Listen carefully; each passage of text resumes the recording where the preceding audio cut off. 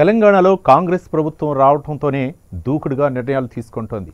ఎన్నికల హామీల్లో భాగంగా కాంగ్రెస్ ఇచ్చిన 6 గ్యారెంటీల్లో 2 గ్యారెంటీల్లో ముందుగా మహిళలకు బస్సుల్లో ఉచితంగా ప్రయాణించే వెసులుబాటు కల్పించింది. తెలంగాణలో మహిళలకు ఉచిత బస్సు ప్రయాణంపై ఆనందం వ్యక్తం చేస్తున్నారు. మహాలక్ష్మి పథకంలో భాగంగా మహిళలకు ఉచిత బస్సు ప్రయాణాన్ని కాంగ్రెస్ ప్రభుత్వం అమల్లోకి తీసుకొచ్చింది. ఈ నెల 9 నుంచి మహిళలకు ఉచిత బస్సు ప్రయాణానికి అనుమతించారు.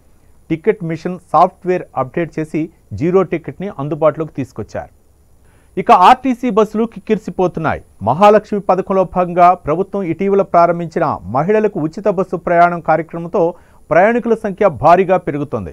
రోజు ప్రయాణించే ప్రయాణికుల సంఖ్య 13 లక్షల మేర పెరిగింది. అందులోనూ 90% మంది మహిళలే కావడం గమనార్హం. ఈ రూపంలో ఆర్టీసీకి రోజువారీ ఆదాయం దాదాపు 4.50 కోట్లు పెరిగినట్లు లెక్కలు చెబుతున్నాయి. మహిళా ప్రయాణికుల ఉచిత ప్రయాణానికి టికెట్ రేటును ప్రభుత్వం రీఎంబర్స్ చేస్తున్నందున ఆదాయం పెరుగుతోంది. గతంలో సాధారణ రోజుల్లో ఆర్టీసీకి నిత్యం 13 కోట్ల నుంచి 14 కోట్ల రూపాయల వరకు ఆదాయం వస్తుండగా ఇప్పుడది 18.25 కోట్లకు చేరుతుంది.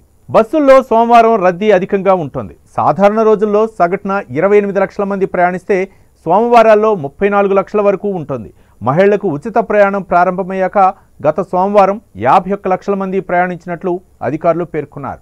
ఇప్పుడు జీరో టికెట్లు జారీ ప్రకారం ఈ నెల 16న రాష్ట్ర వ్యాప్తంగా ఆర్టీసీ బస్సుల్లో 43,12,033 మంది ప్రయాణించినట్లు తేలింది.